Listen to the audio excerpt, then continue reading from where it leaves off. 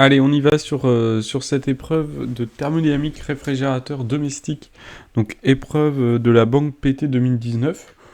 Donc voilà, c'est une épreuve qui est vraiment dans l'esprit de cette épreuve physique B de thermodynamique. À ceci près que ici, c'est une épreuve dont j'ai trouvé qu'il était nécessaire de bien répondre aux premières questions pour réussir à avancer dans le sujet. C'est une épreuve dont il y avait peu de résultats intermédiaires, donc voilà, notamment le premier cycle à tracer, il fallait pas se tromper, parce que évidemment si on avait faux, en fait toute la suite de l'épreuve était compliquée, et notamment il y avait plein de questions où on aura forcément faux. Donc voilà, ici je pense corriger juste la première partie. Ici, sur cette épreuve, vous voyez qu'on a une première partie qui est modélisation d'une machine réfrigérante d'iterme. Donc cette première partie ici, elle fait 8% dans le poids approximatif dans le barème, 8%, alors qu'il n'y a que 2 questions, donc c'est vraiment une partie qui est généreusement rétribuée, sachant que le sujet fait plus de 40 questions. Ici, c'est la seule partie qui porte sur le programme de première année, quasiment. Les autres parties porteront sur le programme de deuxième année. Donc on y va sur cette première partie, les 2 premières questions. Là, pour répondre à cette première question, il faut, dans le cas de notre machine thermique, il faut identifier ce que c'est la source chaude et la source froide. Donc en thermodynamique, c'est facile, la source chaude, c'est celle qui est à la température les plus élevée, et la source froide, c'est celle qui est froide. Donc ici, la source chaude, où on va commencer plutôt par la source froide, c'est si vous avez un réfrigérateur qui fonctionne, c'est donc l'intérieur de votre réfrigérateur, tandis que la source chaude, c'est la cuisine. Ça, c'était pas demandé, mais c'est nécessaire de poser ça pour répondre à la question sur le signe des transferts thermiques. Donc votre réfrigérateur, vous le branchez à une prise électrique, sinon il ne fonctionne pas, ça veut dire que vous allez lui apporter un travail. Donc W va être, le travail va être supérieur à 0. Donc vous apportez un travail au fluide. Donc ici, ce qu'on a au milieu, ça va être le fluide. Et ce fluide, donc, va falloir lui apporter un travail. Ici, j'ai déjà mis les flèches des échanges réels. En effet, l'objectif, ça va être de maintenir froid l'intérieur de votre réfrigérateur.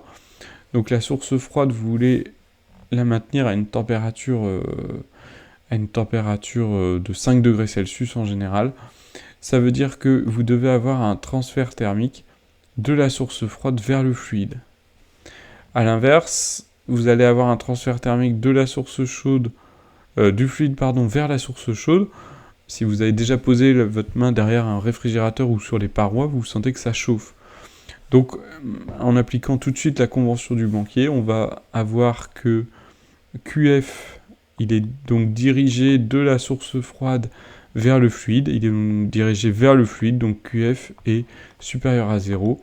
Et de même, QC est dirigé vers la source chaude, donc vers l'extérieur, donc QC est inférieur à 0. Voilà sur cette première question. Pour la question 2, il faut déterminer l'efficacité.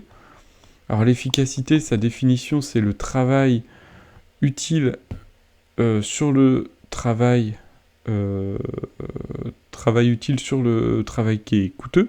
L'énergie utile sur l'énergie coûteuse. Donc ici, l'énergie qui est utile, c'est l'énergie que vous allez prélever à la source froide, qui va vous permettre de maintenir une température de 5 degrés Celsius dans votre frigo, donc c'est QF.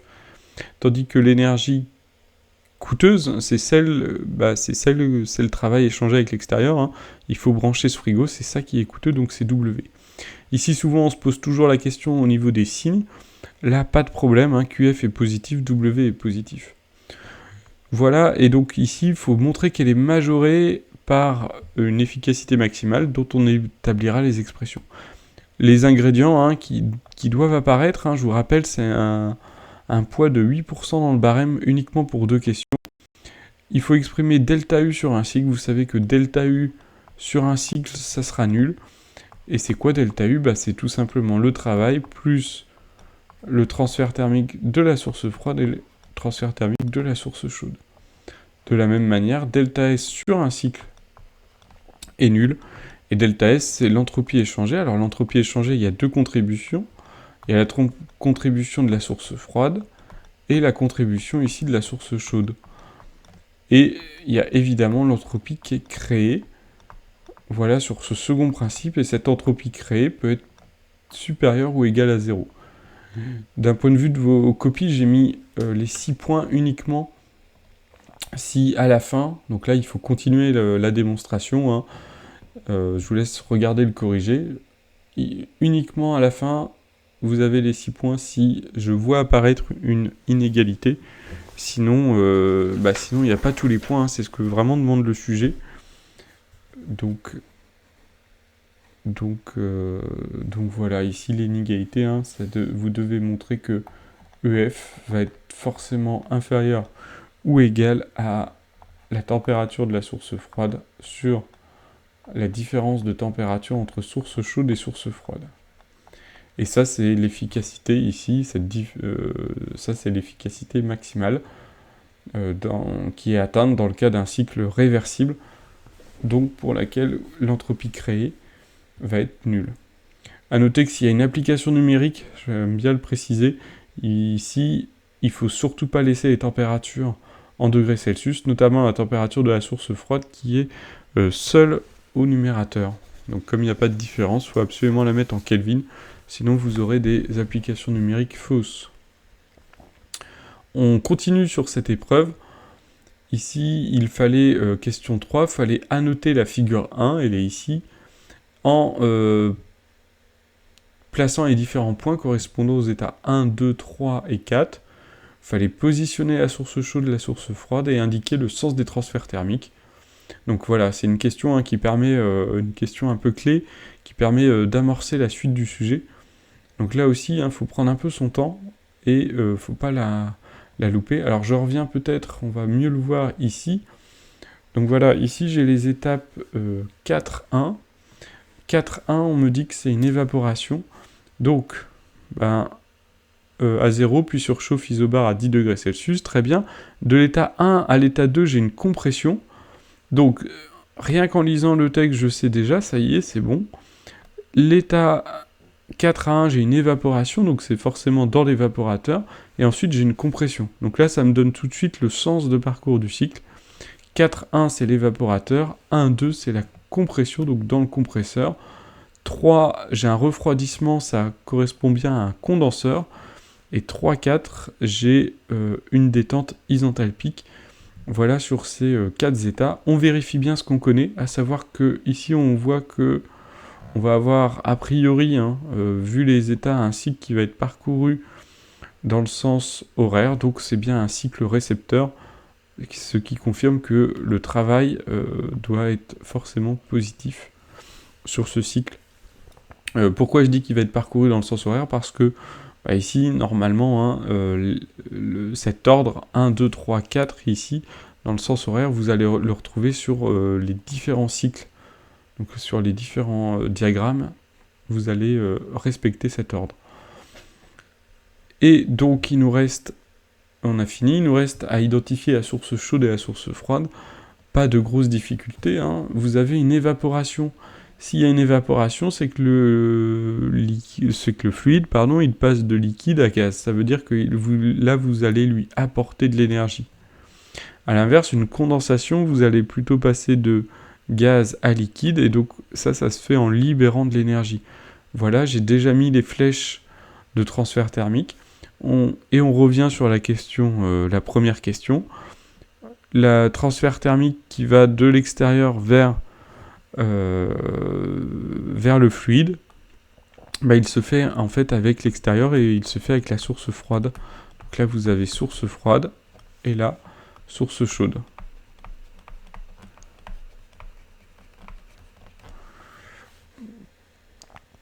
Et donc on arrive à la question qu'il ne faut vraiment pas rater. Et c'est la question, il va falloir réussir à placer les points 1, 2S. Alors pourquoi 2S? Parce que ici on dit que le point 2S c'est une compression pour l'instant adiabatique et réversible. Donc entre 1 et 2 c'est adiabatique réversible. Dans les diagrammes pH et TS. Donc voilà, on va commencer avec faire le diagramme pH, le diagramme des frigoristes. Donc je sais que de l'état 4 à l'état 1 j'ai une évaporation à 0 degré Celsius. Donc si j'ai une évaporation, j'ai passage vers un état gazeux. Donc je rappelle ici sur ce diagramme, on a les différents, on a liquide ici, on est diphasé sous la courbe de saturation et on est vapeur à droite de ce diagramme. Donc je sais que je vais une évaporation, donc je vais aller vers la vapeur à 0 degré Celsius, donc je vais forcément être quelque part ici, je vais commencer, quelque part là, et je vais aller vers 0 degré Celsius. Et tout ça, c'est jusqu'à 10 degrés, c'est quelque chose qui est isobare, on vous dit que jusqu'à 10 degrés, donc je suis une pression qui est constante, et donc là, je vais aller jusqu'à 10 degrés. Vous voyez pourquoi ici c'est 10 ? Parce que je croise, ici vous avez les isothermes qui sont représentés, qui sont les traits ici. Les isothermes sont là. Les isothermes, ils sont également du côté du liquide et de liquide vapeur, uniquement représentés par des tout petits traits parce que c'est des verticales ici et des horizontales dans le domaine diphasé. Donc on arrive à 10 degrés. Ensuite, entre 1 et 2, j'ai une compression adiabatique, mais puisque je suis à l'état 2S, c'est adiabatique réversible ici. Adiabatique réversible, tout de suite, normalement, vous dites que c'est isentropique, donc je vais suivre l'isentropique à 1,75 ici. Kilojoules par kilogramme par Kelvin. Et pour l'instant, je ne sais pas où est-ce que je vais m'arrêter sur cette isentropique, parce que j'ai pas de données. Alors je continue à lire. De l'état 2 à l'état 3, j'ai un refroidissement isobare, c'est-à-dire que c'est quoi ce refroidissement? C'est une liquéfaction isobare à 40 degrés Celsius. Ah, ça y est, je sais que je suis à 40 degrés Celsius. Ça veut dire que ici, je vais liquéfié à 40 degrés Celsius, ça veut dire que je vais avoir un changement d'état à 40. Comme c'est tout isobare, ça veut dire que forcément j'étais ici. Donc là, ça y est, j'ai le croisement et je vais avoir la liquéfaction isobare jusqu'à ces 40 degrés Celsius. Voilà, donc là je peux effacer le petit trait que j'avais fait en trop. Voilà, et enfin, on vous m'a dit qu'il y a un sous-refroidissement. Alors j'ai vu un peu tout. Dans ce sous-refroidissement, j'ai vu ça, ici, quelque chose qui est comme ça. Parce qu'on vous dit que c'est un sous-refroidissement jusqu'à 30 degrés, et quelque chose comme ça. Alors comment on sait quel chemin je dois emprunter? En fait, le chemin qu'on doit emprunter, ça se réfère toujours à la première étape, c'est que tout doit être isobare. Et donc, comme c'est isobare, je garde le chemin qui est horizontal, et donc j'arrive ici.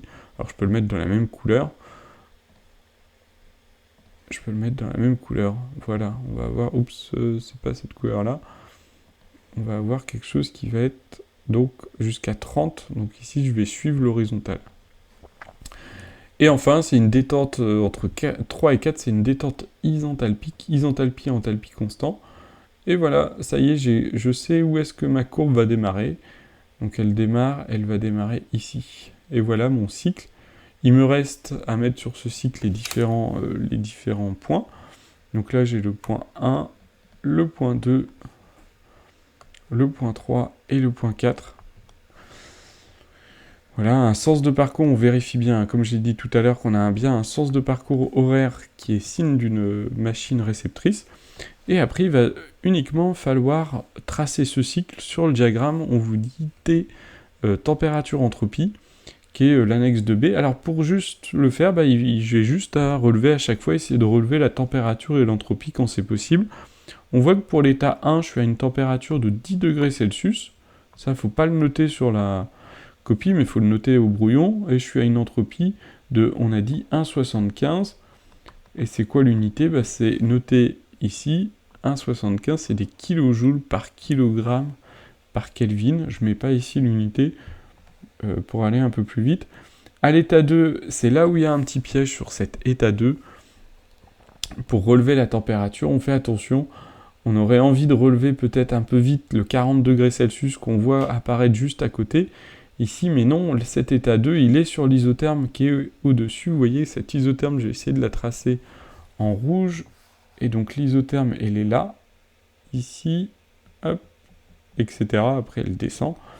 Et donc cet état 2, on est bien ici pour le coup à 50 degrés Celsius, et toujours à la même entropie de 1,75 kJ par kg par Kelvin.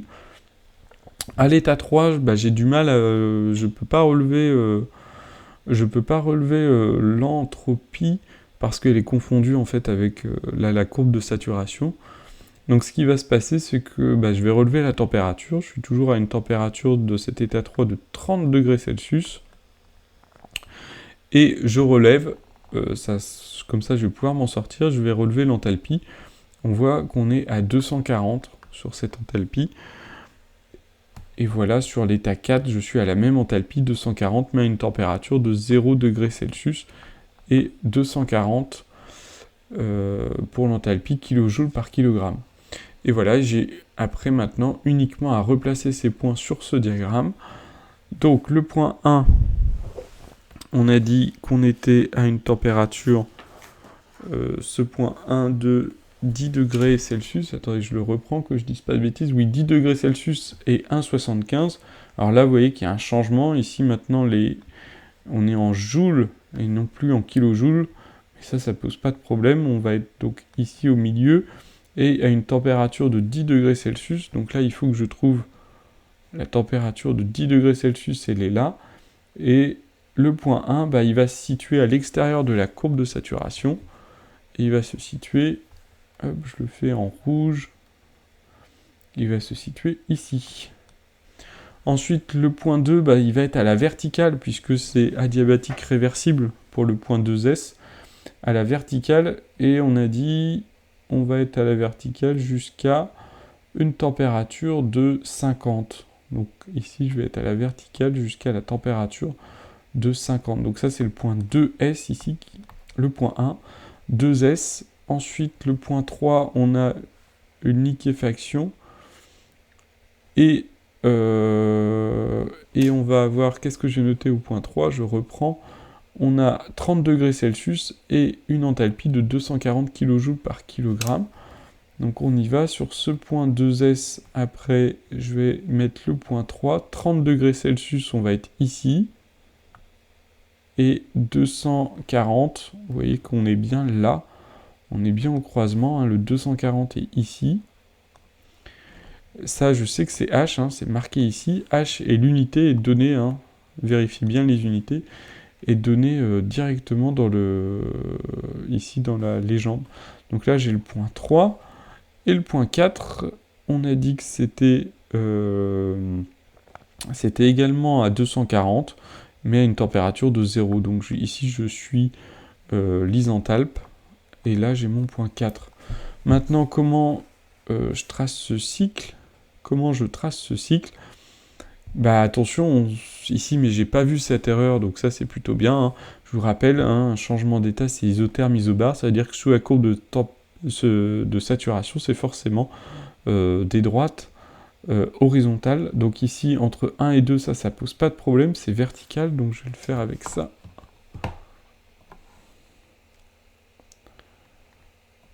Entre 1 et 2, c'est vertical. Ensuite, entre 2 et 3, ce qu'on vous a dit, c'est que c'est un refroidissement isobar à pression constante, entre 2 et 3, jusqu'à 40 degrés Celsius. Donc je reviens là-dessus. Donc ici, on va avoir, entre 2 et 3, on va avoir un refroidissement isobar. Donc ici, il va falloir tracer, voilà. Ici, c'est isobar, ça veut dire que la pression, elle est constante, et la pression, ici, je ne l'avais pas relevée, mais elle était entre 2 et 3, c'était une pression de 10 bars. Donc ici, vous voyez que vous avez, ici, hop, l'isobar. Donc ici, vous allez descendre. Ici, on suit l'isobar. Après, on a un changement d'état, donc c'est forcément horizontal. Et puis, pour atteindre le point 3, je dois être ici. Et après, j'atteins le point 4. Et pareil, je fais ici. Et entre 4 et 1, ce qu'on vous a dit, c'était que c'était une détente isenthalpique du fluide. Donc à enthalpie constante, donc ici, entre 4 et 1, c'est une évaporation et c'était une surchauffe isobar. Donc là aussi, je vais suivre l'isobar qui est là. Voilà à quoi ressemble ce premier cycle dans les deux diagrammes. Et comment on les trace. Ensuite, je ne vais pas corriger toutes les questions. Je donne juste quelques conseils. Question 13, ici, dans ce type de questions, et c'est valable sur tous les sujets, dans ce type de questions, quand on vous demande une expression, quand on vous demande de rappeler une loi, etc., on définit tout, parce que on ne sait pas comment va être fait le barème. Et ici, il y a peu de chances qu'il y ait beaucoup de points uniquement pour avoir l'expression du premier principe, qui est donc delta H plus delta EM égale à WI plus Q. Là, ce que j'écris, c'est ce qu'il ne faut pas écrire uniquement. C'est ce que j'ai vu dans toutes vos copies. Ça, n'importe quel étudiant, normalement, de PT aura cette relation à 95%. Ce qu'il faut, c'est préciser ce que c'est delta. Delta, c'est une variation entre la sortie et l'entrée. On précise que c'est H. On peut préciser l'expression de M, de l'énergie mécanique. Donc, c'est énergie cinétique plus énergie potentielle de pesanteur. On précise qu'on est en massique. Voilà, on essaye de vraiment préciser l'ensemble des termes qui figurent dans cette équation. WI, le travail indiqué. Q, le transfert massique, thermique massique. Voilà ce qu'il faut faire et pas uniquement noter ce qui est ici, mais avec des explications. Question 14, je vous réfère au corrigé que je vous ai donné. Il n'y a pas de difficulté sur cette question. Il faut bien donner des valeurs numériques. Il y en a qui ne donnent pas de valeurs numériques. Donc là, sur ce type de question où c'est explicitement demandé un calcul d'ordre de grandeur, il n'y a pas de points. En tout cas, il n'y a pas tous les points si on ne justifie pas. Question 15, on va aller assez vite en supposant que le champ de vitesse, ici, le question 15, le débit volumique, c'est tout simplement la section étant la vitesse étant constante, c'est tout simplement V fois S. Alors ici, c'est noté avec un V majuscule dans ce sujet. Donc là, je vais mettre un V majuscule. Donc on a un débit volumique qui est la vitesse fois la surface. Et donc, ici, il faut en déduire le débit massique. Le débit massique qu'on note uniquement D dans le sujet. On sait, si on a appris son cours, que c'est ρ dV. Sinon, si on a un souci, on le refait par rapport aux unités. Et là, c'est important de savoir le faire par rapport aux unités pour lever tout doute. Un débit volumique, c'est donc un volume, donc c'est donc des mètres cubes, des mètres cubes par seconde, c'est un débit. Donc c'est la quantité, donc c'est le volume qui traverse une surface pendant un temps donné, c'est donc des mètres cubes par seconde. Tandis que le débit massique, c'est des kilogrammes par seconde moins 1. Comment je fais le lien entre les deux ? C'est forcément avec la masse volumique, puisque la masse volumique, elle s'exprime en kilogrammes par mètre moins 3. Ça, c'est à savoir retrouver si à un moment vous avez un doute sur cette formule. Et ce qu'on vous demande, c'est pas avec la masse volumique, c'est avec ici le champ de vitesse. Le volume massique. Le volume massique, c'est tout simplement l'inverse de la masse volumique. Donc ce sera ici Vs sur le volume massique petit v. Question 16, il y a trop d'erreurs sur cette question. Peut-être parce que vous allez trop vite. Le volume massique V est max. Le volume massique est maximal. C'est ce qu'on cherche, c'est la question qui demande ça.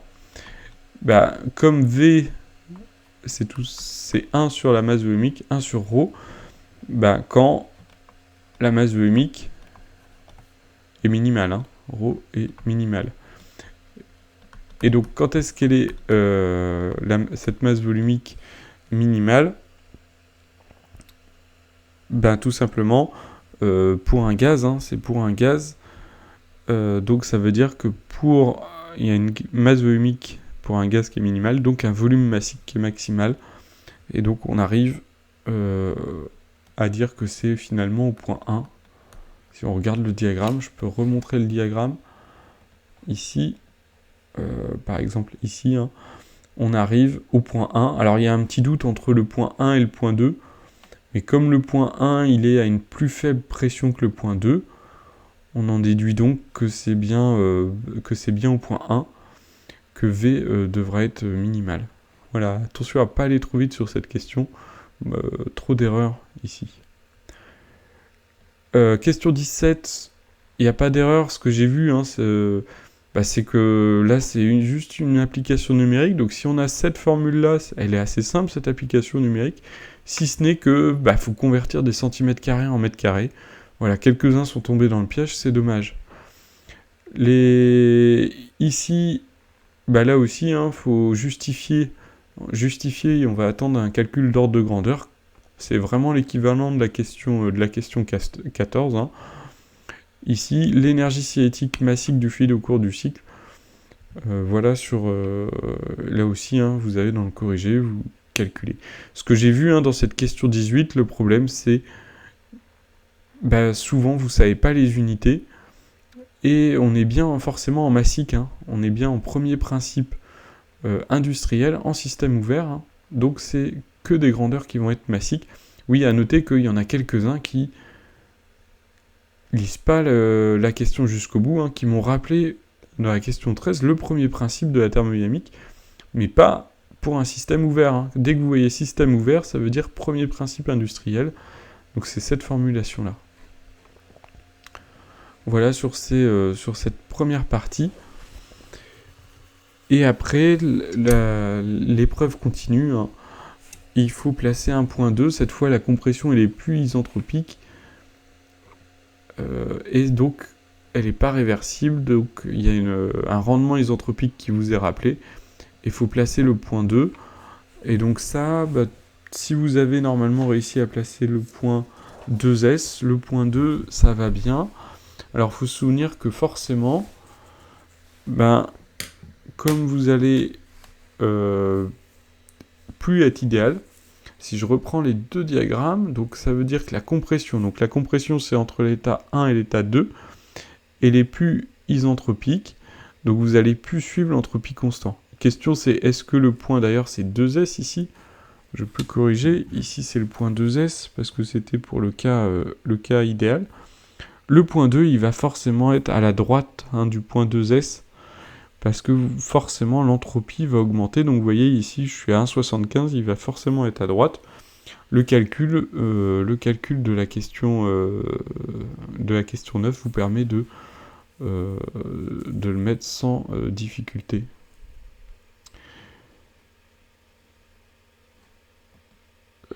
Voilà, sur... hop, je suis passé... Ah, c'est que j'ai inversé les questions. Bon, c'est pas très grave. J'ai inversé les questions. Donc voilà, ici, vous pouviez le faire. Ce que j'ai vu, c'est en général ceux qui avaient réussi cette partie à tracer bien le premier cycle. Cette partie-là, elle était en général aussi réussie. Voilà, et donc j'ai inversé les questions puisque j'ai répondu ensuite à la question 13, 14, 15. Jusqu'à 18. Voilà, je m'arrête là sur cette correction. Dans la suite, après de l'épreuve, ça se complexifie encore un peu le cycle, puisque on associe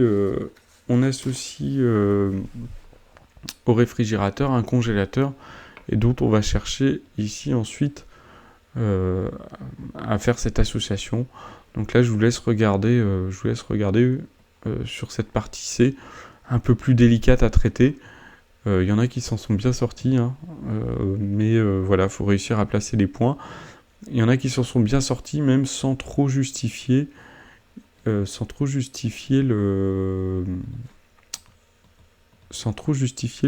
point, c'est-à-dire le point à placer, c'était le point 4'.